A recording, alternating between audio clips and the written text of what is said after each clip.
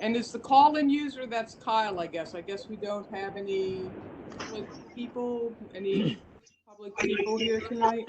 Not that we can see, no. Okay. All right, well, The minutes should reflect that the meeting is being audio and video recorded. Can you see that on your end that it is recording? I can see the little red dot, but just to make the announcement, yeah. They changed the format on me. And Oh, is that what that red dot is? Okay. I just wanted to make sure it was recording, okay. all right, so we're going to open tonight's meeting. During these video meetings, we do forego the Pledge of Allegiance. So Shannon, we will go right into roll call, please. Okay, Jane Flanagan, Present. Kyle Elliott, Present. Felix Raimondo, Present. Janine Riley, Carol Smith. Here. And since there are no other attendants here, there's not going to be any public comment. And I guess we will go into our invited guests, which is Kathy, to review her documents, which are, thank you, Kathy, for providing them. They're included in the first half of our booklet tonight. So Kathy, the floor is yours. Thank you, guys. I definitely have usually our And I'm going to mute myself. okay. I bring you my virtual friend. I kind of owe you guys that as you week through this process. Last week I had the opportunity to review the financial statement as well as the communication letters with the Finance Committee, who submitted their approval. Is there background noise, guys? Is everyone on mute? Okay. Who submitted their approval so that we were able to present the financials and the communication letters tonight. Shannon, I don't know the order that everyone has. Usually I go through the letters first. Does everyone have the letters in front of them? Mm-hmm. Okay. So there are two letters. The one-page letter is the one that I always compliment the authority on their processes and controls, suggesting that there were no material weaknesses or significant deficiencies identified during the course of the audit. And I think the authority, as well as you as fiduciary board members, take the internal controls and the processes and procedures of the authority very seriously. And, you know, any recommendations that have been made in the past years have certainly been successfully implemented. Does anyone have any questions on that particular correspondence? No. Okay. The second letter is the 3-page letter or the 4-page letter, which really discusses the audit process. So as we go through the first page, we talk about the accounting practices. We talk about significant estimates that the authority uses. One of those is the estimated useful life of the infrastructure and any equipment. The other one is the net pension liability that we are now recording on the authority's books. As the workforce gets a little older, that liability is appearing. Previously, that liability was funded. Certain financial disclosures may be sensitive to a reader or user of the financial statement. On page 2, that includes our custodial credit risk, our store revenue notes and those related disclosures for series 2017 and 2015, the disclosure of the net pension liability, the disclosure of concentration of revenues in note 9, which talks about our relationship with Plymouth Township, and the disclosure in note 11 related to subsequent events. Really, this is boilerplate for any financial statement that you will probably see during these COVID times. Is, of course, it's difficult to estimate the impact of COVID-19 on the authority's operations, both now, 6 months from now, and in the long run. Related to, there were no difficulties that were encountered during the performance of the audit. Even though Stephen left during that time frame, Ed was able to step up and get involved, and Stephen was available on a consulting basis, which was very helpful. There were no corrected or uncorrected misstatements. There were no disagreements with management. I didn't rely on any other consultants, or I didn't need to consult with any other consultants. There were no significant audit findings. And the other matter paragraph talks about some of the supplementary information that accompanies the financial statement. If there's no question, are there any questions about that correspondence? Okay. So then we will move on to the financial statement. There's a couple items that I want to bring up to you before we get to the details of the financial statement. When I was meeting and finalizing some items last week, it came to our attention that this bank had never pulled the interest payment that was due May 1st on the series, the sewer revenue note series of 2015. So after discussion with the finance committee, Shannon reached out to them. They did pull the interest amount. There was no principal due at this time until November. They pulled it for the exact amount as stated in the revenue note.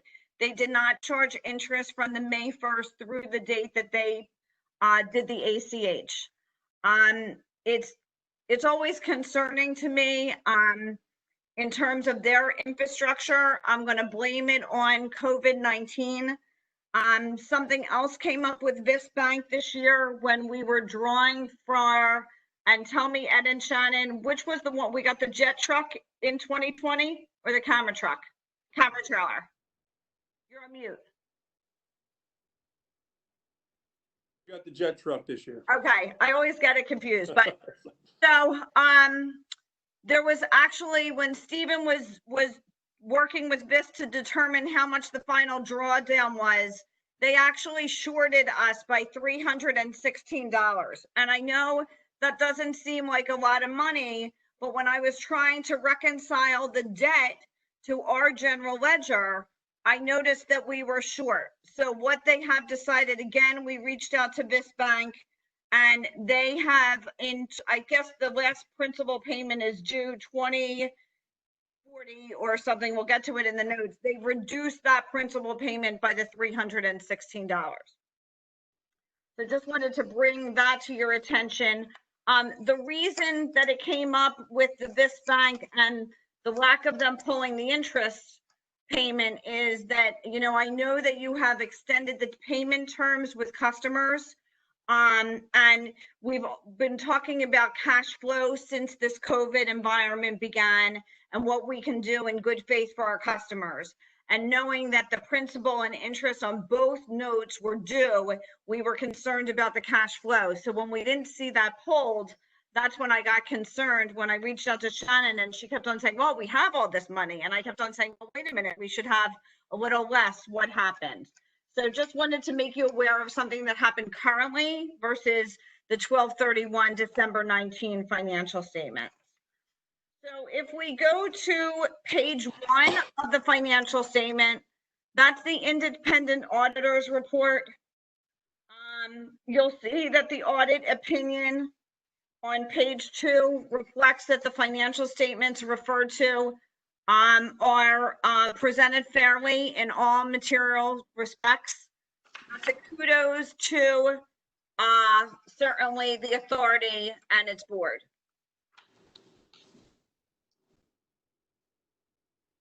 If we go to pages 3 through pages 8, that is management's discussion and analysis. This is a required report that management puts together. This is also approved by the finance committee. It's so funny because every time I do these presentations, I see a typo. So I just wanted to make a note for myself. So this is just an overview of the year, the authority that gets added to the body of the financial statement. On page 9 is the statement of net position.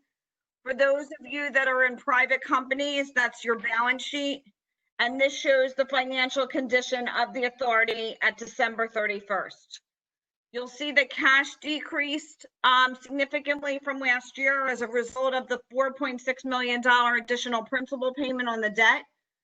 The collection of receivables has improved, but that's kind of skewed a little because as of 2018, that included some amounts that were still being due from Plymouth Township based on their capital share expenditures. And you'll see the increase or decrease actually in the fixed asset balance, the utility plant and equipment, because the depreciation is now almost $900,000 based on the cost of all the assets. With regards to the current liabilities, you're going to see in the current maturities series of 2015, that's our principal payment that is due this year, the $329,000. And this is the first year that we have a principal payment of $210,000 on the series of 2007 note. Then we reflect the long-term debt and at the bottom, your net position. So the piece of invested in capital assets is where you take our utility, plant, and equipment of the 28 million and you subtract the debt. Everything else is unrestricted funds. So you can tell based on all our capital projects over the years, we're heavily invested in our infrastructure. If we go to page 10, it's our statement of revenues, expenses, and changes in that position. For those of you private companies, that's your income statement or your profit or loss. One of the biggest numbers that sticks out is in connection fees, where you'll see the $691,000. That's always that amount that we don't budget because we're really not sure what's going to come in based on the development within the authority and then the timing of those fees. Operating expenses and general and administrative expenses are comparable to last year. Depreciation is non-cash. We have our interest income for 2018. We had a large grant.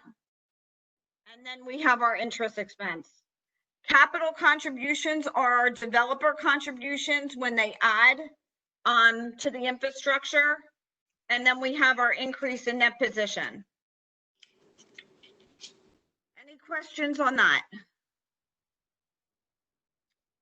Okay, if we go to our cash flow, the top of the cash flow statement on page 11 is really what I use as the operating tool. You can see your cash received from customers this year, your cash payments to suppliers, and your cash payments to employees. So that contributed 1.5 million to operations. What did you use money for? You used it to pay down debt. You used it as proceeds, the additional drawdown on the 2015 series, and you used it to pay for interest. And then we also earn interest on our money, so that's the $67,000. The big item contributing to the change in cash, obviously, is the $4.6 million of principal payment. If we go to page 12, you're going to see pages 12, 13, 26 are notes to the financial statement. What I'd like to point out is note 2 cash on page 17 is going to show your restricted and unrestricted cash accounts. On page 18, note 5, utility plant and equipment shows the change in our plant and equipment accounts, our capital assets. And you can see the transfer under construction in progress. That's because all of those projects were substantially complete at the end of 12/31/19. I think there's a little carryover, but most of our big projects that we've been embarking on over the last couple of years have now been completed. If you go to page 19, you're going to see under sewer revenue notes series of 2017, your principal payments and your total debt interest payments for our total debt service each year. And that's when we're having the conversations of what does our cash flow look like? What can we afford if we want to stretch out our due dates of some of our billings, to look at our debt service with the series of 2017, as well as on the next page, the series of 2015 debt. So we have principal and interest payments. We have a payment coming up July 15th, which will be both the principal and interest on the 2015 series. And our next payment on the series of 2007 will include the principal of the 210 on November 1st.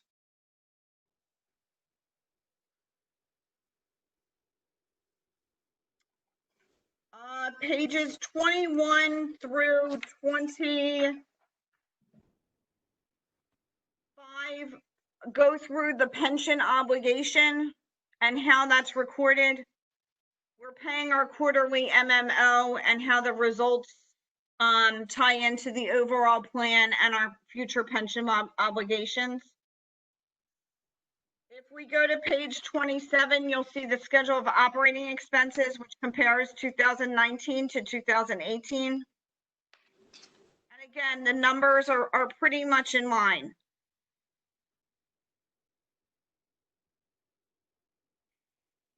Page 28 shows the comparison of general and administrative expenses.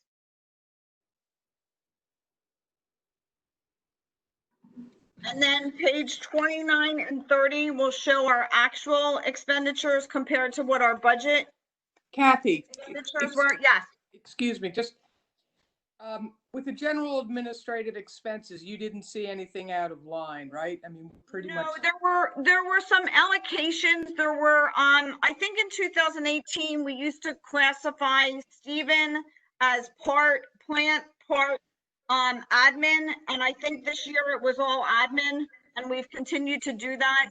That was kind of a Rick Orloff thing that we needed to do. So I think that's really where the disparity is. Okay, because we had talked about it at the meeting. I just wanted you to clarify. Yeah, and then if you look at the budget versus actual, you're really going to see how good we are at estimating our budget in October. I mean, you can look at these changes, and if you look at on page 29, the operating revenues, you know, it's really the difference between the connection fee, which we didn't budget, and the capital share of Plymouth of 400,000. That's Right. really your change. You know, other than that, you're 50,000 in. And when you take it into consideration lien fees and some of these other charges, you're doing a really good job of estimating your revenues, which then helps in your estimating your cash flow. Okay, thank you. I just want to ask Lauren one thing. When you talk about those connection fees, Lauren, by law, those are required to keep for capital projects, are they not? Right, so we can use them for capital projects. We should not be using, tapping fees to keep rates flat, sort of that thing. We've done a very good job of allocating those funds properly, and Kathy certainly keeps us on track with that. But we are limited by law with what we can use those funds for. Thank you. I just wanted that to be reiterated for people's knowledge. Well, I will also tell you that those are segregated in a separate bank account. So we actually have a bank account with this called connection fees, and it's really treated kind of like developer escrow accounts are. It's untouched.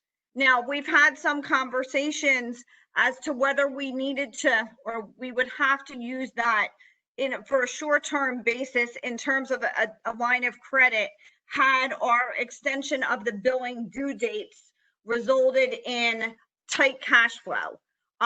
So we kind of use that as a cushion, knowing we would be able to reimburse it under these unusual circumstances of stretching the due dates out. But I think as of now, there's like $1.6 million in that account, and that is in a separate, it's actually called connection fee, operating account. Okay, if you look at the operating expenses this year compared to last year, the numbers are really, tight, and that just shows how well we are at estimating our budget. I'm going to tell you something that I say every time I come into the authority and start the audit. what happened with the sludge removal this year, because that's almost like connection fees. It's a very unpredictable expense. I feel like it peaks up in the summer. Ed, you could tell me if I'm wrong. But there's always a time where we need to incur that expense. And it's just a very difficult number to kind of estimate where we think we're going to be. So of the $88,000, that 102, differential or variance really accounts for most of it. If we go to the maintenance expenses, again, they're almost right on. And the same with the admin expenses. You have to realize sometimes there's some allocations in there. So when I'm looking at some of these numbers, this shows that the authority does a really good job at looking at their budget and a very diligent job in dealing with the budget. I have some authorities, the numbers, they'll just say straight 3% increase, across the board. And that really doesn't do anyone a service when they're looking at where they should be and what kind of expenditures they need to incur during the year. So I compliment the board on taking the budget process very seriously and really looking at these numbers and, doing your best practices in terms of determining what these should be and then, trying to follow that during the course of the year. And then on page 32, 33, and 34 goes into more actuarial assumptions related to the pension obligation. I didn't know if anyone had any questions. So the DCED financial report is due June 30th, and I will be assisting Shannon in that filing process tomorrow, provided that the financial statement is approved tonight. Yeah, would any of the other board members or anybody else here have any other questions? Janine and I reviewed this with Kathy previously, and so we were happy with this report. We discussed some of the issues that she brought up earlier. We're looking at the sludge, the belt filter press. I'm sure Ed will discuss that tonight. We may have some issues with it. And in terms of capital planning, we are looking at what we're calling the centrifuge, Kathy, which is probably the next thing we're looking into, which would eliminate the belt filter press. So, but thank you so much for this very detailed report. We appreciate you working with the authority on this, and I will mute if anybody else has any other questions. I have a question.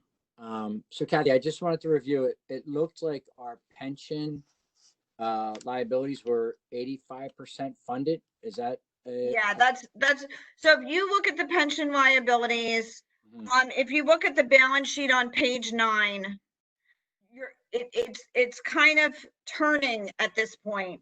And it's really unpredictable based on, I guess, so we are the funds are with PMRF. So we really don't have, and I think they're ultra conservative funding. So we really don't have a say in how those investments perform. I think that they have your kind of lowest, safest level so that they could pay out all their members because it's a multi-authority. I mean, almost every authority that has a defined benefit plan is probably in this public defined benefit plan, is a member, it participates in this. So this is the first year that we have a long-term liability of $81,000 versus last year being overfunded, if you want to look at it, by $115,478 in 2018. And then it could turn at any time. And I really, it's really like we're at the mercy of their investments and how they're funding it. Our MMO is supposed to be sufficient to cover liability. It just depends on the rate of return. But I agree with you. This is the first year that we're showing a liability. If we looked at financial statements 3 years ago or 4 years ago, We didn't have anything and we weren't making MMO payments either. Okay, so yeah, I wanted to kind of clarify that. It's the first time I saw it, so I Yeah. wanted to, and that's standard practice now that everybody needs to show that in their financial statement. It's been standard practice. I think, a lot of times you hear about these cities, that are going bankrupt, even the city of Philadelphia, and whether they can fund their pension. It's always been an obligation that we are required to record on our financial statement. We've never, our workforce is aging right now. So now we're showing a liability, whereas when it was a younger workforce, we didn't have that. We had an asset and that was it. And, I'm guessing that we're going to continue to see our quarterly MMO increase based on that, so that we can time it to not have a shortfall. Can we predict that, Kathy, based on? No, that's the problem. Because it sits with a outside firm that's managing the assets, and the rate of return that they generate from those investments. Well, I don't. Dictates our contribution rate. Oh, okay. Yeah. But we predict we can't predict on the ages of our workforce an estimate of how much it's going to go up. No, and what we can look at. So if you look at page 22. Yeah, I guess what you can see the change in that liability, which without getting into the actuarial tables. And this is the problem with this. Their reporting is a year behind.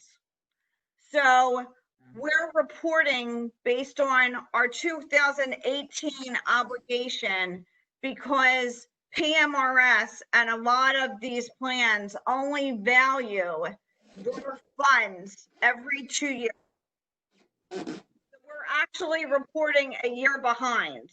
So 2017, we were showing an asset of 115,000. 2018, we had a liability. 2019, market conditions were more favorable. I'm not even going to talk about 2020, but it remains to be seen. And we don't get this report. We only get this report annually. Shannon does a really good job of chasing after the state to even get it, because they're doing the accounting for so many authorities. But so that will show what is reflected, Carol, and the way that we can mitigate that is they go back and they recalculate what the MMO should be. So they're really saying, this is our quarterly payment. This should be able to fund it. Oh, based on the results, we have a shortfall. That's what it's saying. So I would venture to say that the MMO is going to increase in 2020. And then who knows, based on market conditions, what happens with our payments in 2021. So touching on what Carol had mentioned about trying to quantify our exposure, it seems that the quarterly payments are not out of reach of what we can afford to pay. I mean, they're not. The pension burden is relatively low to what. Yes, I think it was $14,000 last year. So it's not like all of a sudden we have this liability of $85,000 and you have to pay that tomorrow. It's a long-term liability that is very, changes on the fly. All right. So then the other question I wanted to get your opinion on was our debt service as it stands now relative to our cash flow income, and what we can reasonably look at doing in terms of capital projects looking forward. This is where I'm going to go. So we have 2017 series is now at 2.5%, but in 2028, which doesn't seem that far away, the interest rate will change to 5%. With regards to the 2015, we're at 2.65%. That interest rate goes up to 5%. What I'm saying with a lot of authorities is a lot of authorities are now refinancing their debt when their minimum interest rate is in the threes. So some of them have been doing that. I think Fred can lend some more insight into the capital projects that are needed. When I first got involved with the authority was when the belt filter press, I think it was 2008, 2009, that original, I want to call it a debacle because I know it wasn't a good experience for anyone, but I just remember, this belt filter press and whatever. I think what you can do is you do a budget of what your capital improvement should be. I know VIST has been very good to you in terms of any kind of future funding, so I don't see that as being an issue. If you want to bring down your debt rate, your borrowing rate any lower, I know authorities are getting lower than the 2.5%. So what some authorities are doing are consolidating their debt at a lower interest rate. I mean, it just you have to weigh what those costs are as well. I think it depends on what the capital projects are out there. I don't know that magnitude of that number. Right. We looked at centrifuge and we had discussion on electrical upgrades, which would be significant, and probably let chime in on that. But you touched upon refinancing. As I was going to ask about refinancing, because I see that the 5% jump is It's relatively not that far close. away. Right. Right. So do we do a consolidation, refinance everything, and then look forward to those two centrifuge and possibly electrical upgrades sooner than later because the interest rate's lower now? I mean, would you? That's what I see. I see a lot of authorities that are accelerating some of their capital projects. And Fred, feel free to chime in. I'm with you, Felix, on that. That's exactly the way I was going with that. But we have the centrifuge, we have the electrical, we have some RBC work. I know there's been some chlorine considerations, so there is a priority listing there. But I agree, Felix, that's where I'm leaning as well. I'm going to mute. So nothing happens in 2020, but what steps should we be taking now to put ourselves in a strong financial position to make once we get through this 2020 so that we're ready to hit the ground running in 2021? Or fourth quarter 2020. I always say, I talk to Chris Gibbons fairly frequently during the year. And I always ask him, what is the funding? What does that model look like? How low are these rates? Are they in the ones? Are they high ones? Because then what you want to do is take your capital budget that, that you guys have discussed, and maybe you want to accelerate some of these projects. Look, when we saw extra money on the 2015 sewer note and we realized we didn't want to give this back, it was kind of like, okay, what shopping can we do? That's how we ended up with the jet truck and the camera trailer, because this let us use that money for other improvements as opposed to repaying it like we've done a couple of years ago, giving the money back because we weren't ready to do those improvements. Yeah, I just want to clarify. Right we needed a new jet. We needed those new things. Right. They actually weren't improvements. They were replacements. So I just want to. But I don't know if clarify that for folks, Kathy. But I don't know if it would have been on the shopping list as quickly if we didn't have those excess funds. Correct. We'd be paying repair bills. Right. Right. Yeah. Yeah, that was a cost benefits analysis on it was replace versus new. Right. I think it's definitely a time to look at your capital budget, to reach out to Chris Gibbons or reach out to this bank and see what kind of funding they're providing, or even, Chris really does the whole bidding. Could you explain, bank at this sorry, point. Kathy, could you explain to Jane what Chris does for us? So, Chris Jane is Concord Public Finance, and he is I guess he's a liaison in the government markets that puts a proposal out to various banks. Usually they're very small banks What's so interesting about our loans is they're not guaranteed by the infrastructure because they could never own that if it's defaulted on. It's guaranteed by a revenue stream. So all customer receipts are what is collateral for that debt.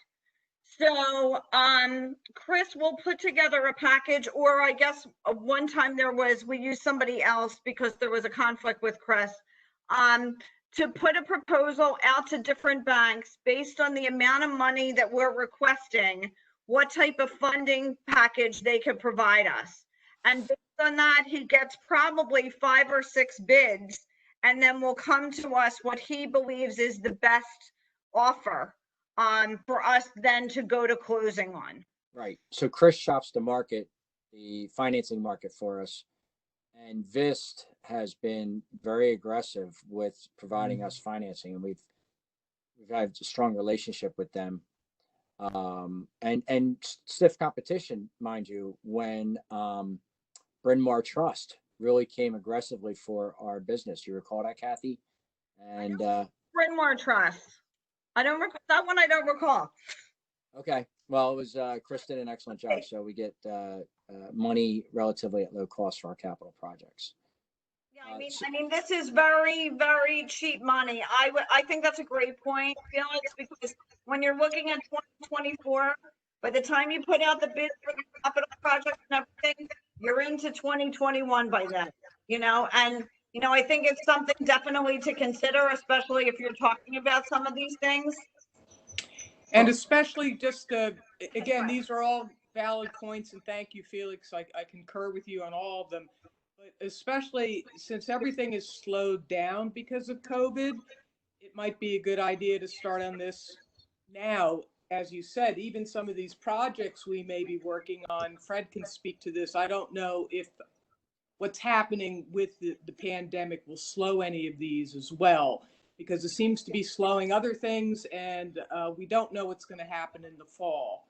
So, if I can jump in real quickly, go ahead, Fred. Yeah, the two, and everyone's nailed it down. The two major items are the replacement of the existing belt filler press.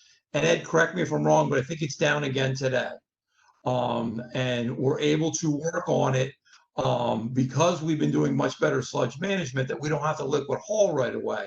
But that's it. So we actually have gotten all the manifests and are doing a rate of return because there is an advantage to the new efficient equipment that allows us to haul at a much higher concentration, reduces our volume and disposal costs, is one aspect of it. The other aspect of it is what's our ongoing maintenance costs of this, combined with liquid hauling and the ability to not have a consistent, as Kathy states, expense that's regular and reliable.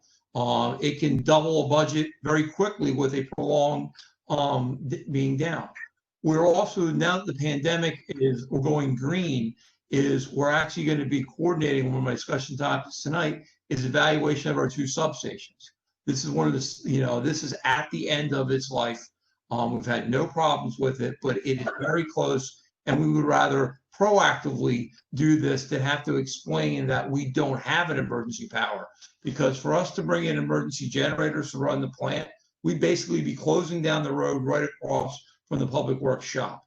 I mean, a generator to run a plant of this size is, slight exaggeration, the size of a tractor trailer.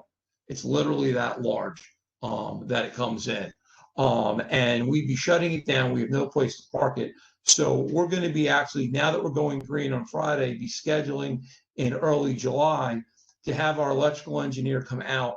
They specialize in this, and to do an evaluation to say, is it a retrofit? Is it a total replacement? We actually have 2 of them.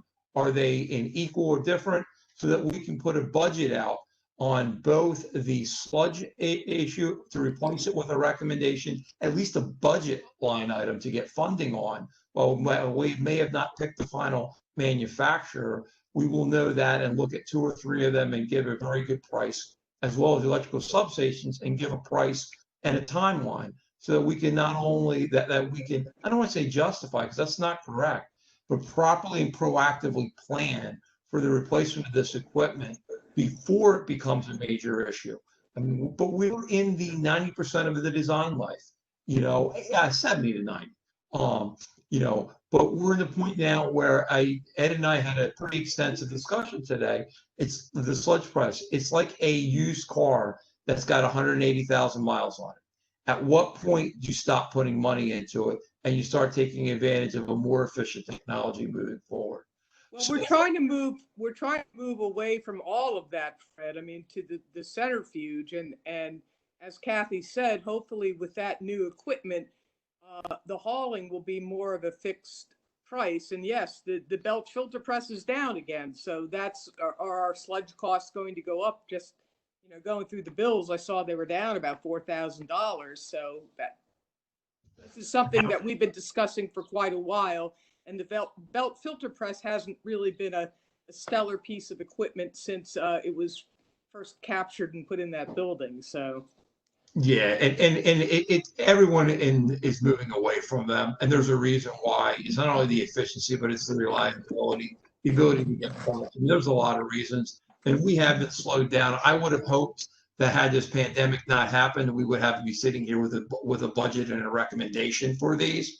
But hopefully, as we come out of this pandemic, we can catch up in the next 3 months. So I think it's a very good thing to be, as your board is doing, is exploring these options so that we can then make an informed decision on what, if any, capital projects we want to include in this, not only to reduce interest rates, but also to reduce our long-term liability and increase the reliability, because that's ultimately what we're responsible for. So do we need Lauren, do we need anything from the board, or do we just recommend that, I don't know what part of the meeting this should go into or whether it's appropriate in this discussion section, that we look to consolidate our debts and look into seeing what's out there in terms of interest rates, perhaps to lower our interest rates looking in the future, and we give Fred the go-ahead to move toward coming up with a plan for that? Yeah, so if the board wants to explore financial options, it can certainly direct the professionals to work with Kathy and Chris Gibbons to look into that. And it sounds like we want to look into consolidating our existing debt as well as potentially taking out new debt. And then, so we can certainly explore that. We can also, the board can also direct Fred to take actions necessary to develop a short-term capital plan if you're looking in the next year to 18 months of what projects would be prioritized and what the cost for those would be. Fred, I see your camera's off, but I hope you're still with us. I'm here. As far as, do you have a cost estimate for what your end would be to develop that plan, or is the board, I'm getting Part of an overall analysis. Let me think about it. And the reason that I'm bringing my electrical engineer out is for him to prepare a proposal so that he understands the scope and magnitude of it, so that we can get a proposal from him for what exactly the work and define the scope of work. And the sludge thing it's an ongoing thing that I don't think is going to be a major expense, but we really need to see what our options are and the availability. But we can have that prepared in the next week or so. So I think the board can give Fred direction to develop that, and then we can circle back to the next meeting. But in the interim, we can start reaching out to Chris Gibbons. Would the board want Chris to come to the next meeting to just kind of go over some preliminary thoughts, or do we want to kick that out until we have this further conversation with Fred? I would like to see both actions happen in parallel, so that come August, because we'll be here before August, before we'll at least get some kind of plan in place, whether we act on it in 2020 or first quarter 2021, because then the engineering has to start happening, and there's you start to lead us out, and then we're talking 2022 before actually get deliverables. So That's what I would like as well, Felix. So perhaps Chris could come to the next meeting. Kathy? I was just going to say, bear in mind, a lot of the manufacturing was shut down. So it's almost like you're going to have the budget based on Fred's analysis. Chris can keep working on the financing, because I think that, he's probably very busy because everyone's going to be wanting that too. But I think by the time anything starts, it's probably going to be a longer time frame than you guys have had before, just based on the manufacturers and the whole supply chain of everything. Good news, Kathy. So Fred has Yes, his marching I- orders, and I'll reach out to Chris Gibbons this week and see get his availability for the next meeting, and we'll get some things going. So I would need the board to approve the financials. Motion for the board to approve the financials. I'll make that motion. Do I hear a second? I'll second. And Shannon, we need a roll call since we are videotaping. Absolutely. Jane Flanagan, Yes. Raimondo, Yes. Kyle Elliott, Yes. Carol Smith. Yes. So just to clarify, by approving the financials, we approved your draft audit report? Right, so that means that the financial statements and the communication letters will be dated June 23rd, 2020. I just And wanted then, to, yeah, and then Shannon and I will use this report to submit the DCED report tomorrow. all right, very good. Thank you, Kathy. Thank you. Is there anything else that you need from me? Yes, Kathy, before you jump off, Kathy and I had a preliminary discussion. I'm sure that the board recalls, and if not, I'm going to remind you momentarily. The end of this month is the conclusion of the mandatory rate freeze for West Conshohocken. So the board had previously passed a resolution which is set to increase or alter the rate structure for the West Conshohocken customers, which does result in a slight increase for some customers over in West Conshohocken. That is scheduled to go into effect July 1st. So I just wanted to remind the board that that was out there. Obviously, the board has taken action to extend payment deadlines for all customers in West Conshohocken and Conshohocken proper. But if the board wanted to take some action regarding that particular rate change, it would be wise to do that this evening before it goes into effect July 1st. Let me just add a little bit to that conversation. As you know, July 15th and then November 1st, there's principal payments that are due on the debt of around $700,000. And if you have been at the authority with us, I constantly am asking Shannon, what do you have in the operating account? What do you have in the connection account?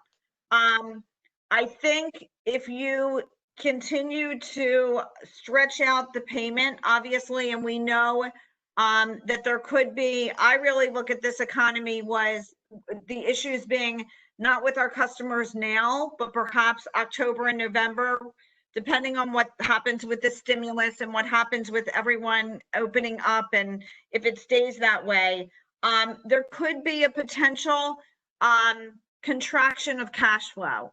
And we did talk about this evening the connection fee. Right now you have $1 million in operating, about $1.6 million in connection fees, and whether to be able to, obviously it would need board approval or finance committee approval to use that money in a very short term if needed based on these very unusual circumstances. So we kind of threw that out there because I get very nervous. Lauren had called me before you extended the billing period, and I'm like, okay, you know, but with these principal payments, we've never had a principal payment on the 2017 debt, so I was a little nervous. But, you know, as of right now, you do have $2 million of cash. And Before you go into that though, we did have to borrow 400,000 of the connection fees back in July when we paid back that $4 million. We had to move that to the main operating account, and we have not moved that back yet.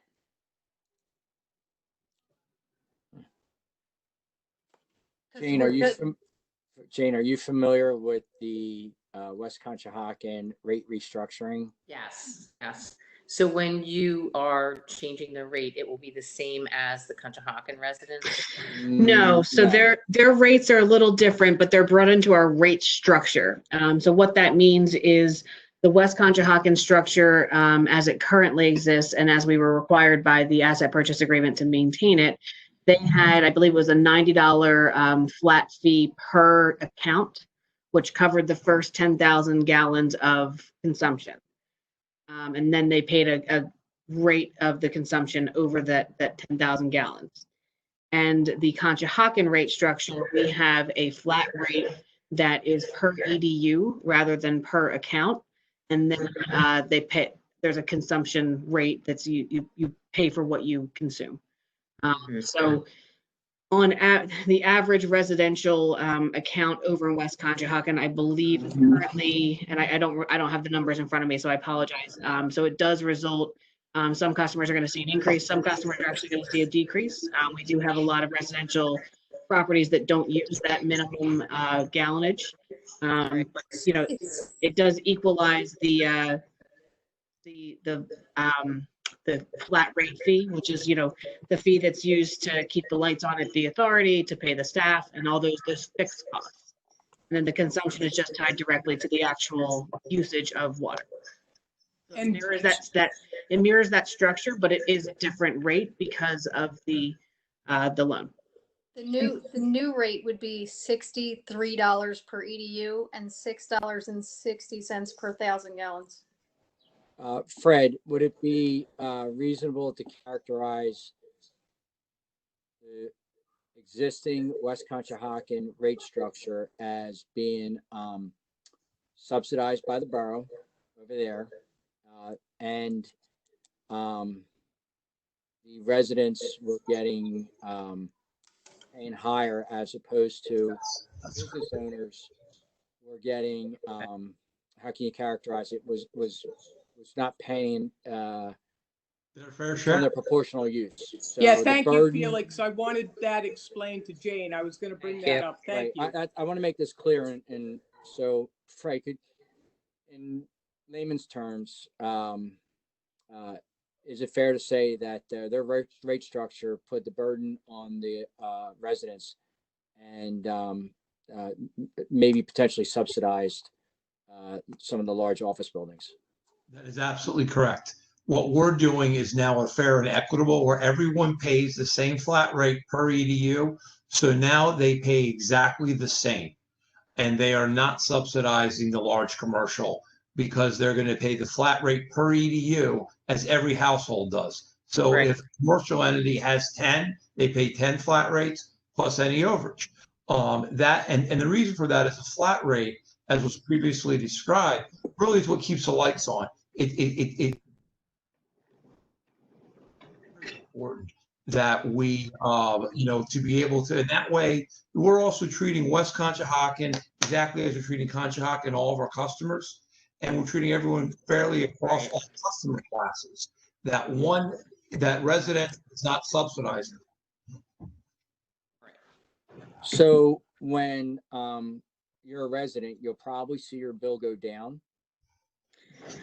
I don't know. Resident, that because the flat rate is 67 rather than 90, it's there, and then everything beyond that is going to be based upon the individual resident. So if it's a family of 6, their bill may go up. If it is 2 people in a household, their bill may go down. Sorry, Lauren. But what we would expect the average residential customer to the average, right, to see a bill go down. Not substantially, but is that fair to say that? I believe that the average customer is going to see a slight increase. Oh, okay. That's true, Felix. The problem. Oh, sorry. Go ahead, Carol. I believe that is true. We went over this, I forget, last year. But last year. But what we're doing is actually making the structure more equitable for West Conshohocken. And Jane, in case you didn't know, they were already paying far higher rates than what we were paying in Conshohocken for their service, as Felix explained and Fred explained. So as Lauren also said, we made they already started at a higher rate structure. So that was already done by their borough council. But we make it more equitable, as Fred said, between the residents and the businesses. And actually, I think what we've in the long run, we're saving them money because their system wasn't really maintained, and Right. some of those expenses were put on the sewer system for them. So in the long run, it'll be a better system. But Felix, for most of those people, they will see a slight rate increase. So my concern right now, and trust me, I want to make an equitable change in the rate structure. Some businesses are going to see a significant increase that during this economic times might be pretty difficult to assume into their budgets, say such as the Marriott. Do we need to give consideration to that, to some of those businesses that are going to, quite honestly, start paying their fair share? But at this time, it might be quite challenging to do so. And it might be quite challenging in the fall too. Lauren, what is your take So on that? the board has a few options. The board can let the rate restructuring go into effect July 1st. And any, the board has always been amenable to offering payment plans to any resident or business that was struggling to pay its bills. Obviously, the lien processes are a little bit held up right now, but the authority does have the ability to go after money that is ultimately owed to it. The authority can, if it's of a mind, we can push back the restructuring for a 3-month period, a 6-month period, and the board can reevaluate a couple months down the road. Or like I said, the board can choose to move forward as planned. And if we're to move forward, all the businesses, we've had a very robust communication process during this whole transition. So there's going to be no surprises to any businesses at this time. Is that a correct statement? This was communicated to everyone. Whether or not it was paid attention to, that I do not know. Speak to your point. Should we send out a communication? But or are we? I would like some input from Kathy. I see your cogs turning. I'm curious about your thoughts on this. So Kathy? It's so hard in these times, but one of the things that I am thinking of is if you do defer it for a period of time, I would like there to be a lot of goodwill from the customers, to really appreciate from the commercial customers. Most of them haven't been open. Even as of we go green, you just don't know what their ability from a cash flow point of view. I think I always come in and say to Shannon, what do our receivables look like now? So, I think I kind of think from a good faith point of view, you almost kind of have to, but I would like to present it in such a light that they understand the sacrifice that the authority is doing to do this. And in some way from that perspective, because I think there's times when the authority gets bad press, and this is something that you're doing to really help them. Does the payback of the $4.6 million on the debt service, does that change any of the calculus involved in determining the rate structure? No, that was done in connection with the rate study that was done about this time last year. So that was all taken into account. So 4.6 was paid to remove the debt, but at the same time, we took that reduced debt service into the account of determining our rate structure. Yes. All right, I see Shannon shaking her head. So That's correct. I'm not one to delay this. My opinion would be to move forward. I think it is the most equitable thing to do. But at the same time, I think we need to have some planning engaged with some businesses that might be adversely affected. Do we know the actual amount of money that the actual increase we're going to get as a result of this? That's what I was just going to say, Kathy. Quantification of of those dollars. Are we talking about a couple 100,000? Are we talking about 50,000? What are we talking about? It's hard to say, and one of the variables that, obviously no one would have anticipated a year ago was that a large percentage of residents are home a large portion of the day. I don't know what that is doing to consumption bills. So I don't know. I don't know. Mine. Mine's going up. And also conversely, the amount of water consumption in the offices is down with a lot of people working remotely. So you have the equal and opposite effect of that, which makes it very hard to say what the financial impact will be. And Well, yeah, if we wanted to, and again, this is completely a board decision. If the board wanted to direct Ed and Shannon to send something out to, and this is only West Conshohocken, obviously, this is not going to affect any Conshohocken rates. But if they wanted us to direct us to send something out to everyone, reminding them that this is coming, and Yes. like I said, that you can pause it for a quarter, you can pause it for a month. One Well, thing, I don't know if we do, I don't know if we need to pause it. I have to go back and look at those numbers. But yes, they were getting a rate increase, but Felix, I don't remember if it was really substantial, as opposed to like if Aqua were to buy us and then their rates would go up 3 times. It was nothing like that. I mean, it was a rate increase that was applicable to the situation when we turned over their structure to be more equitable. So I think I would like to go ahead with communication to the businesses. I think that's important. It would be interesting to see what feedback we get with that. The rate increase is going to start when, did you say?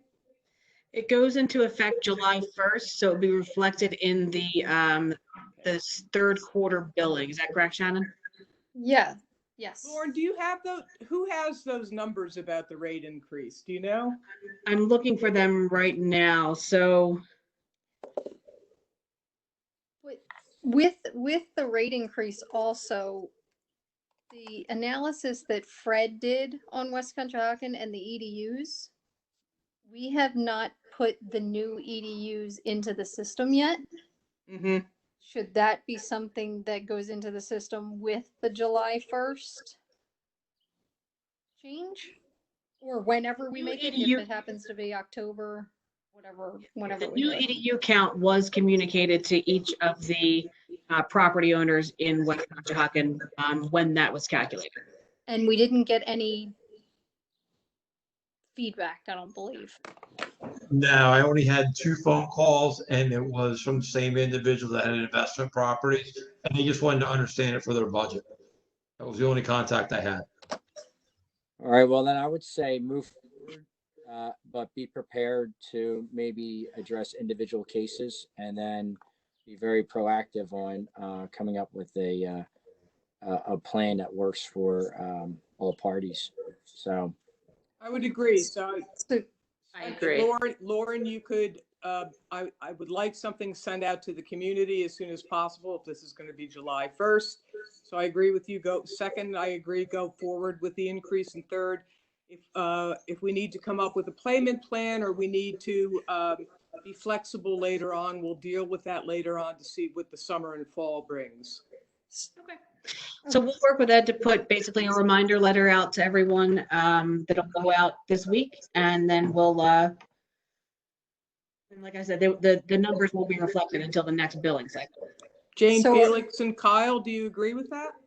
Yes. I concur. Yes. Yeah. Kyle? Thank you. And go ahead with the EDU change too?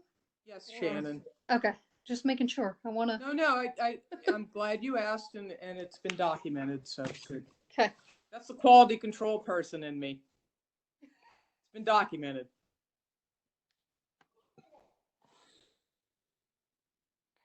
All right. Did we accept your report, Kathy? I believe Yes. you did vote on that. Good. Okay, so, gosh, Did we even accept the minutes from the last meeting yet? No. No. All We right. haven't done public comment yet. Yes, we did. I did that. I did do that, Lauren. So with Okay. that, That was before her. that, I'm just gonna sign off at this point unless you don't need me unless somebody needs me, but I think we. We always need you, but thank you. Have a good evening. Thank you. I appreciate. We will talk soon. Thank you. All right. Thank you so much for your work, Kathy. My pleasure. Take care. Stay safe, everyone. Stay You safe. too. Bye now. All right, now we're gonna go back to like does anyone have a question on last month's minutes? No, Do I hear a motion to approve last month's minutes? I would make that motion. Do I hear a Second second? Second. Shannon, roll call vote for the minutes, please. Sure. Jane Flanagan, Yes. Felix Raimondo, Yes. Kyle Elliott, Yes. Carol Smith. Yes. All right, on to the finance report. Does anyone have any questions or comments on the finance report?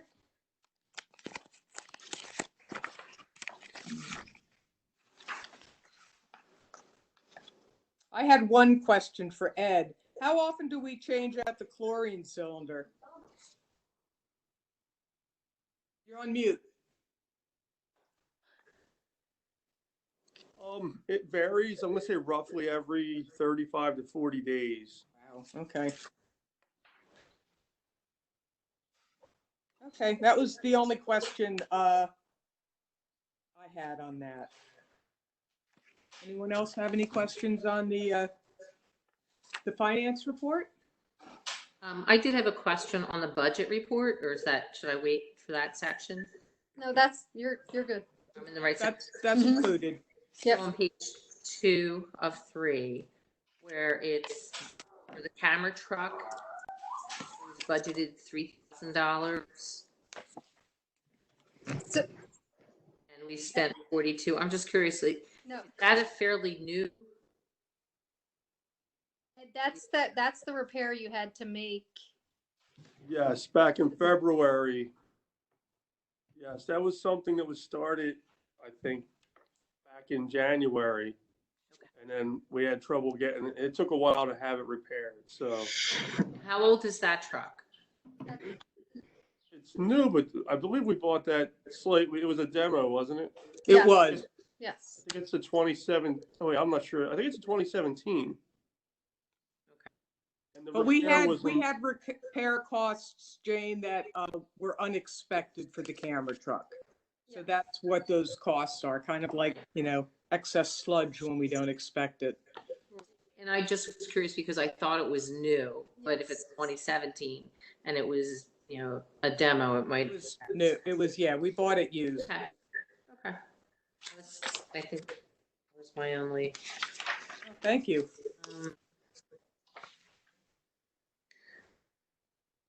No, I think finance, that's all I had. Okay, so do I hear a motion to pay the bill in the amount of $120,858.43? So moved. Okay, we need to thank you, Kyle. Do I hear a second? And then we have to take a roll call. Second. Okay. Jane Flanagan, Yes. Kyle Elliott, Yes. Felix Raimondo, Yes. Carol Smith. Do I hear a motion to accept the finance report? I'll make that motion. Second? I'll second. Call Shannon? Okay. Jane Flanagan, Kyle Elliott, Yes. Felix Raimondo. Yeah. Carol Smith. Yes. All right, thank you. Then we'll move on to the solicitor's report. Thank you. As you heard earlier, we've been working with Shannon and Kathy and Ed regarding the financial report and the making sure that the authority's finances are in good standing, which they are. We've also been working closely with Ed and Shannon regarding the coronavirus pandemic. We do have things to discuss in a quick executive session following this evening's meeting. The Mute board their did, mics, please. Thank you. and the minutes should reflect that the board met in a brief executive session following the last meeting regarding matters of potential litigation. And we do have several action items this evening, which I will turn over to Nicole, unless the board has additional questions for me at this time. Questions? No. Okay, thank you. I'm going to mute. Nicole.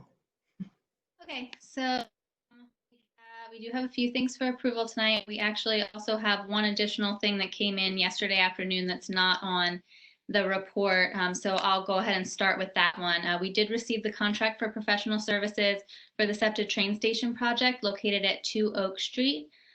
So we would be recommending approval of that agreement this evening. Everyone's on mute. I'll make you a want that motion right? to, Okay. uh, Do I hear a second? I'll second. And we'll need a roll call. Jane Flanagan, Yes. Kyle Elliott, Yes. Felix Raimondo, yes. Carol Smith. Yes. And in connection with that project, I did also get a question from the attorney for SEPTA. They were interested in, with regard to the plan review, their initial question was whether or not plan reviews occur at the meeting or the authority's engineer conducts them. And I clarified for them that the authority engineer does undertake the plan review, but will report back to the board at a public meeting regarding anything that may be of particular interest. Their next question was, would the board want SEPTA representatives to attend a public meeting when any discussion of the plan review is brought up? And I said that I would raise that question. It's not required. They're certainly welcome to attend, but I let them know that I would let the board know. And if the board has any particular interest in having SEPTA attend a meeting, I would let them know. Well, that might be interesting since we're doing it by video conference. I mean, it's not that difficult for them to come. I don't know if it's going to provide any advantage for us. And I don't know if anybody is actually from the residents will be there. All right. Have any of you seen the plans? They just came in either yesterday or this morning. So we just, I believe they were just dropped off to Fred's office. So we actually have not seen the plans. Well, it's the general plans. Carol and Felix, did you get yours in the mail yet? You should get a postcard from SEPTA. They're going to actually send something to every resident.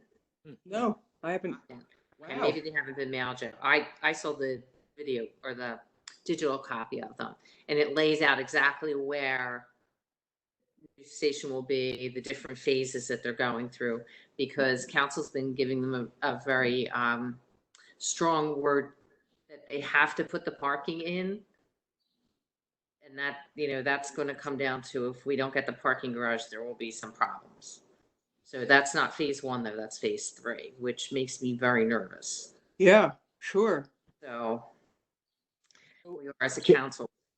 And I believe the plans that we received today were only for phase 1, which was basically 2 loading stations and that. Now, I haven't had a chance to fully review them, but we got the 92 pages in. Sorry, go ahead. Excuse me, I have to take, this is a call from Ray Sokolowski. Let me see. He never calls unless it's a big deal. So, Are you Fred, able to mute Jane while she's taking that call? Just in case it's of a sensitive nature. Ed Fred, should when you have get the your power. He should have the plans, are power they to an mute us electronic all. Copy, or are they a hard copy? The plans, Yes. hard copy, and we just scanned them this afternoon. I actually had an intern bring them in today. Is it possible to get an electronic copy to us? Yes, of the important sheets, I will do that. Yeah, I don't need all the. Yeah, we scanned them today because one of my employees was working from home, so he could review them, and I can distribute that to the entire board. So, Ed, and he can put it in Dropbox, Felix. And what I saw today of these plans was basically 2 loading docks, and that was it. And as Jane said, really what we need to do is we need to see all three phases of this. Because right now, one of my main items that I'm doing is trying to coordinate, does a sewer main have to be extended across the Matson Mill property to service them? And do they have it? And I think Lauren and Nicole can jump in here. Right. We've been getting conflicting information. SEPTA attorney says, yes, there's public sewer service. Matson Mill developer says, no, there's not. So I think it's a matter of semantics indirectly of what phase you're talking about. And I think, Fred, you might be right. I think it might be based on the fact that the project is phased, and if they're only looking at phase one, obviously they've submitted an application with the authority, so the only reason to submit with the authority is because they need sewer. We're trying to nail that down. I'm hoping that, Fred's review of the plans and hopefully we can get the plan sets for phase 2 and 3. We can really nail that down, because again, SEPTA's attorney is telling us, yes, there's 2 bathrooms, and then I guess SEPTA's team has been telling the Matson Mill crew that there is no bathroom. So we're just trying to nail that down. So I would I say think that's a matter of, the one thing I would say, Fred, I'm sorry about that, was that if the borough's pushing in one direction, then we all should push in that one direction too, and be in coordination. And if we have leverage, then we use our leverage to bring them to a plan and phase that's doable for all parties. Yeah, so the Matson Mill developer is willing to grant an easement over the area where the main would need to be installed if the property does need sewer. But all parties agree that it would be more cost effective if sewer is in fact going to be needed for them to put it in now and work on an agreement between Matson Mill and SEPTA for the payment of that, so we can facilitate the project quicker. But it's just a matter of nailing down whether or not they need sewer now, or they're just going to need the opportunity to put in sewer sometime down the road. So we're working with them to really nail that down. and it's not just a matter of the cost, it's a matter of the inconvenience to all the residents that will be in Matson Mill, because it goes right by the main entrance to, well, I believe it goes by 2 of the main entrances to the parking garage, which is their main ability to get in and out of their apartment complex. And we're talking about probably a 2-inch force main laid in the trench. And just so everybody knows, the trench doesn't exist today. They're basically going to place it on the ground, and then this is an entire fill operation. So there's no cost of rock or excavation. They're going to basically be installing it in fill. So I'm not sure why they are resistant to it, other than it's not in their budget today. So Jane, just to fill you in, it seems that SEPTA's only done a phase 1 proposal to us. Okay. And so, if Carol's in and Kyle's in, that ask Fred to coordinate his efforts with the borough's efforts. And if we all come with the same expectations, that may push SEPTA along to plan ahead. Right. So the plan that you've seen is for the bathrooms, I would guess. And so it sounds like it might not be. And so we've been getting some conflicting information. SEPTA's attorney has told us that there's 2 bathrooms, and then it sounds like someone on the SEPTA team has told the Matson Mill crew that there are no bathrooms, and we were saying, but they submitted to us. So our plan has bathrooms. What we saw, what SEPTA sent to council. Which would make sense. I mean, that would be the only reason to submit to the authority. So Right. I mean, why would you care about a parking lot? right. So and again, it's really just a timing thing. If they're going to put in the pipe now or grant the easement so that SEPTA can put it in the future. So we're working with them to kind of nail that down. So Jane, do you have SEPTA representatives come to the council meeting? We do occasionally. Well, obviously not recently, but we have had them. This has been in the plan, I think, for maybe 10 or 12 years, Felix. I remember being on planning commission and right. So, Bob comprehensive plan. Oakley brings out plans from 15 years ago that he still has. But the big thing there was we absolutely wanted them to have restrooms. That's in this day and age, it's ridiculous to make a plan. Right. For a train station not to have baths. So that was included. And, and I understand why they have to do it in phases. They have to rip down the old parking lot and move stuff and relocate the street. And it will be nice that you'll be able to go under the bridge now. So there will be a second egress from Matson Mill, the Grand, all of those apartments will be able to go exit under, is it Oak Street? They're going to connect. I'm bad with the names of streets under the bridge, but they're going to connect either Washington Street or Oak Street. And you'll be able to go from both sides of Fayette under. Could you share the electronic copy that you have with I will us? find out if I'm allowed. I don't know. It was actually just the postcard that they're planning to send to everyone. It was for feedback from council. So I would think I probably can. And what Ray wanted to know is we have had requests to use the A field for different things. And I don't know if you're aware, PW recent graduates had a protest slash, ceremony for what's going on with Black Lives Matters. And now Father Hearn from St. Matthew's Church wants to use the A field for a mass on July 5th. But since we're not having a council meeting before then, Ray had to get okay from everyone. So we all said yes. So there will be a mass. I'm not sure the time yet, but that'll be out, I'm sure, on the paper. So they just needed that. So it's not that far away. And, Nope. yeah, no. And I'm so sorry. I have to leave like now because at 8 o'clock, I'm the guest speaker at a Boy Scout meeting. Oh, Well, you better hurry.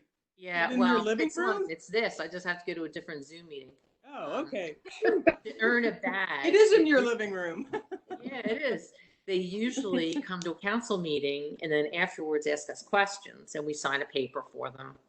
right. So they all had the assignment to write some questions and they're going to ask me that. And I'm going to talk to them for a half an hour, whatever, how many boys there are. So Before you go, Jane, Put in a good Tell word us for the what- sewer authority. I will. I'm going to tell them that's one of my duties. you gonna have fireworks, You Jane? have to say duties because they're young Far. kids and they'll get a So kick out of far, that. fireworks are on. Fireworks are on. Yeah. Okay. They're not making a big deal of announcing it because they're hoping not to get a big crowd. It's a weekend. Yeah. My dog does not like the fireworks, just to let you Oh, know. Get them some tranquilizers, Carol, because they're going to be big. Some of the local contractors, not the big contractors, the local contractors donated significant money to make them really nice this year. Okay, I'll have to get her Benadryl. Put her Yeah, out I there. would say, like, if you have dogs that don't like that, be ready for some pretty loud booms. Who put up? What are you going to do? I don't know. They'll be in your backyard, so. All right, well, thank you, Jane. Yes, thank you all and have a great rest of the night. And if you need anything, email me, call me. I'm almost always around. All right. Thanks, Jane. Thank you. Have a good night. Bye. Bye. Night. All right. So I don't recall, I know that there's a motion and a second for the contract for professional services, but I'm not sure whether there was a vote taken on that. I think there was a vote taken, right? On the, Okay, there was. Okay. services, whether to have a separate person come to the meeting is what transpired there. I don't see any value added, but I mean, that's my opinion.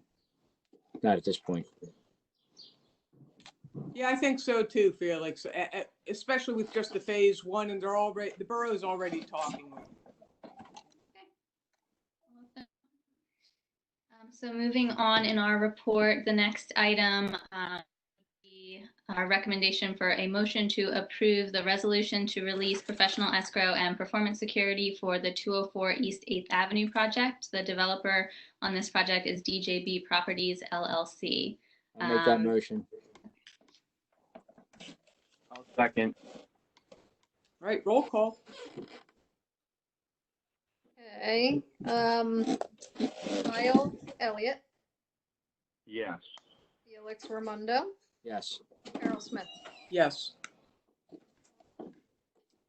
Okay, and then the next thing, we are recommending a motion to approve and accept the grant of sanitary sewer easement for the property located at 157 Cedar Avenue in West Conshohocken.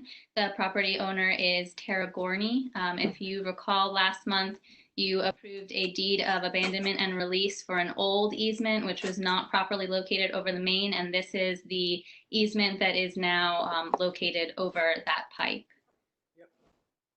I'll make Right the here. motion. Do I hear a second?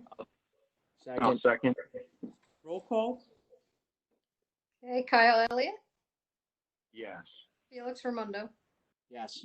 Carol Smith. Yes. And then finally, so at the 3 Caldwell Lane project, which is a project that has pretty much been done for a while, but that the authority had requested that the developer go back in and open up the manhole opening so that our camera will be able to get in there. This has been kind of going back and forth with the developer for some time, and in acknowledgement of the fact that we did ask for this work to be performed after the fact based on our choice to buy a new camera. The staff has agreed that it may be appropriate for the authority to actually hire an outside contractor to come in and do this work. And so Ed did go ahead and obtain quotes for that work. We have 2 quotes, one from Utility Services Group, Inc. for $3,220 and another from Blooming Glen Contractors for $3,996. While the first one is a bit lower, there are some add-on charges that are anticipated, and Vinny did express that he believes that there would be additional charges based on the inclusions and what's included, what's excluded from this particular quote. So those are the quotes that we have for that work at 3 Caldwell. Fred, do you have any recommendations? I know Blooming Glen, I've used them well, and I always like having a lump sum, but because it's public money, you know, I think an all-inclusive is the appropriate way to go here with this. And just so everybody's aware of this, I think you're aware of it from the past, is that the main reason for this is during the course of this project, we bought a new camera, which was much larger and required a larger opening. The opening is in a we put a liner through this sanitary sewer manhole. That's why it needs to be opened up. All right, I missed it. Was it Utility Services or Blooming Glen? Blooming Glen. I make a motion for Blooming Glen. I'll second it. Shannon, can you make a roll call? Sure. Kyle Elliott, Yes. Felix Raimondo, Yes. Carol Smith. Yes. And that is all that we have right now. We have some additional items for discussion that are appropriate for executive session. Okay, does anyone else have any questions? That's fine. Or any- Do I hear a motion to accept the solicitor's report? I'll make a motion. I'll second. Roll call? Kyle Elliott, Yes. Felix Raimondo, Yes. Carol Smith. Yes. Okay, Fred, the engineering report, I'm going to mute. Okay, well, a lot of items, but hopefully they'll be relatively quick. Item 1 is a sludge analysis. We have received the manifest and we're starting to do the analysis of the total dry tons. The reason for this is the purpose of the analysis is to say if we increase our percentage of solids, how much will we reduce our hauling costs? And then the second item on that is to update the board that the sludge press is down again. We're doing an electrical evaluation and potentially have to replace a motor on that. Because the authority has been very proactive in their sludge management, we don't have to start liquid hauling as we had to last summer right away. So we have been decanting more, keeping more available sludge. We are also, as we move into the green phase, going to start becoming more aggressive in the amount that we decant. I just didn't want to do that when I wasn't there to see the impact on the treatment plant. Can you, I don't want to make this meeting go inexorably long, but can you just explain that a little bit, Fred, if you don't mind?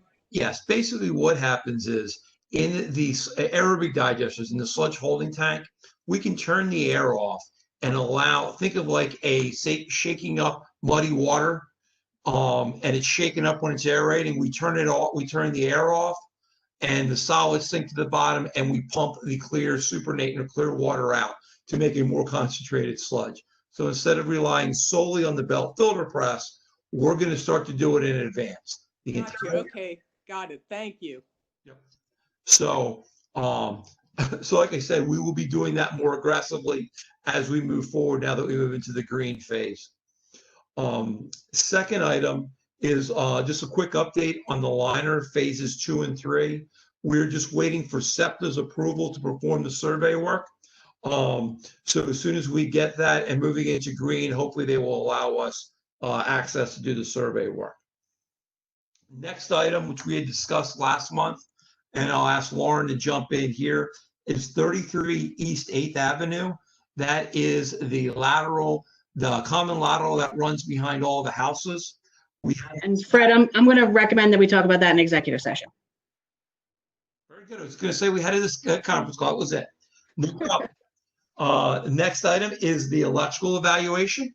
As we discussed earlier, as part of the overall budget, I've actually had a meeting with our electrical engineer. It's Keystone Engineering Group. They do a lot of major electrical substation work. Now that we're going into green, they will be bringing 2 people with them.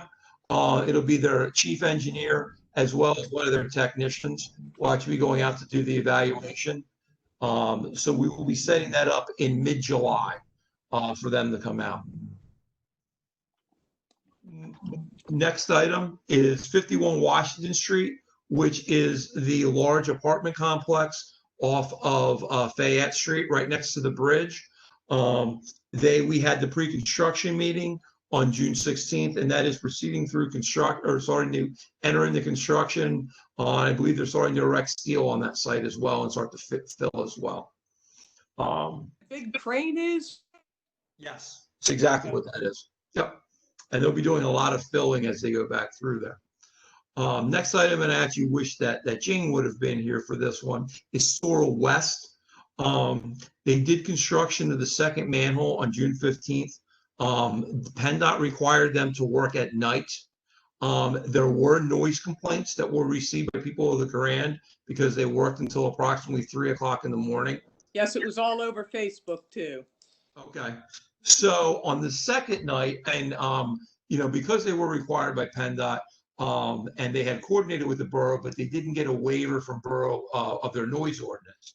So we received a phone call. Ed received a phone call from Ray, quickly coordinated with my inspector, told him to shut down. Ray came back and came up with a compromise with the contractor that all work was to be completed by 11. We completed work by 11, and there were no additional complaints. They actually have one remaining item to install, which is a frame and cover. And to avoid any additional negative publicity, we've asked them to do that on a Saturday morning. So they're actually going to do that on a Saturday rather than continue any additional night work. Any night work or things that you hear is going to be based on the storm sewer, which has nothing to do with us. So in the future, they're going to be working late nights on behalf of the borough. So next item is 720 Spring Mill Avenue. The developer submitted shop drawings, and they're going to be starting work on that project in the coming weeks. Next item is 7 Tower Bridge. Basically, the authority is going to be asked to take dedication of an existing manhole and existing road. We had the operations staff go out and review and inspect it. Manhole was in good shape. However, the issue was that because it's in Washington Street, and which floods quite frequently, they did not have a watertight frame and cover. So we're asking them or requiring them to install a watertight frame and cover prior to us taking dedication, and then provide us as-built once they make the connection into this existing manhole. And then we'll make a recommendation for the authority to accept dedication of the existing manhole that was not previously dedicated. Next item is 203 East 12th Avenue. This is basically the paper street that goes into on the border with White Marsh Township. We had a video meeting with the developer, Rob Rutowski, and this concerns placing the sanitary sewer main in front of 3 existing properties. He was able to explain to us that he's a close relationship with all 3 properties. So what was mutually agreed upon is that he will get written approval from all 3 property owners. He owned one of the houses, which he just sold. The other one is a person that has a failing septic system that was going to basically sell it and decided to stay there. And the third person is a very close friend of his. So he's going to get written approval from all 3 property owners. And he's also going to provide a easement that will be recorded against each of the 3 properties. The concern is that while it's in the right of way of the road, they could extinguish that portion of the right of way and have it be part of their property. So by having a recorded easement, not only do these property owners acknowledge it, but that information is transferred on to future property owners, so they have full awareness that there's a recorded easement of a sanitary sewer line in their front yard. Well, that's interesting, Fred, because that, you'd have to know those people. That would be the only way you'd get that kind of approval. So that's good for us that he was able to get that. He hasn't gotten it yet, but I do believe him that he will get that. 204 East 8th Avenue, we've actually already recommended release of the maintenance bond, simple lateral that we've televised, and it's good. Couple more items. The Matson Mill Apartments, just an update on that. This is the big issue here is extending the sewer across their property to service the SEPTA. We've gained a lot of knowledge tonight that I didn't have about the multiple phases of this. I was confused by the plans that I saw today, and that's why I didn't offer an opinion to some earlier emails, because it didn't make logical sense. The conflicting information it does now. And then the only other item on that is they have reduced their number of units from 295 to 280, but that's there. Next item is 400 Bar Harbor. Basically, the developer has provided us plans and has modified his design to install the sanitary sewer main in the fire access road and instead of the bank of the river and out of steep slopes. We provided plans of those to Vinny to verify that he can drive his vehicle around. His initial reaction was that he clearly could, but he wanted to look at the plans. That's all I have. Are there any questions by the board? Thank you. I was just going to say, does anyone have any questions for Fred or the engineering report? If there are no questions, do I hear a motion to accept the engineering report with somebody with their mute off? I'll make a motion. I'll second. All right, can we have a roll call? Thank you. Kyle Elliott, Yes. Felix Raimondo, Yes. Carol Smith. Yes. All right, on to our operation manager's report.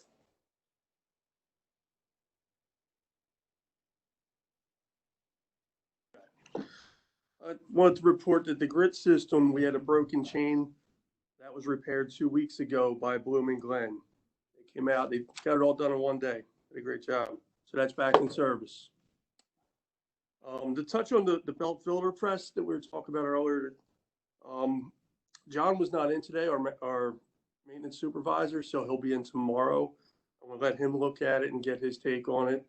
And we're also gonna bring in our technician from, it used to be ES2, it's now called NSI. So he's gonna come out on Thursday. We just wanna be 100% sure that it's the motor before we make any decisions, so. And that's all I have. All right, does anyone have any questions, Fred? Thank you, Ed. I appreciate it. And especially with all the COVID stuff going on. And I'd like to say that the newsletter was very well done. So thank you for that too, Ed. I wanted to mention that. Thank you. The newsletter does highlight that Ed is a piper and has been going out to senior centers during the COVID. So I asked him to put that in because I thought that was a great thing to put in there. So do I hear a motion to accept the manager's report? I'll make that motion. Second? Second. Roll call? Kyle Elliott, Yes. Felix Raimondo, Yes. Carol Smith. Yes. And maintenance and collection reports. Does anybody have any questions on the maintenance and collection reports? Do I hear a motion to accept the maintenance and collection reports? I'll make a motion. Second? I'll second. Kyle Elliott, Yes. Felix Raimondo, Yes. Carol Smith. Yes. Okay, so do I hear a motion to adjourn and go into executive session? I'll make that motion. Got it, Felix. I'll second. Thanks, Kyle. I like that enthusiasm. Kyle Elliott, Yes. Felix Raimondo, Yes. Carol Smith. Yes. Oh, Fred, you're on mute. You're on mute.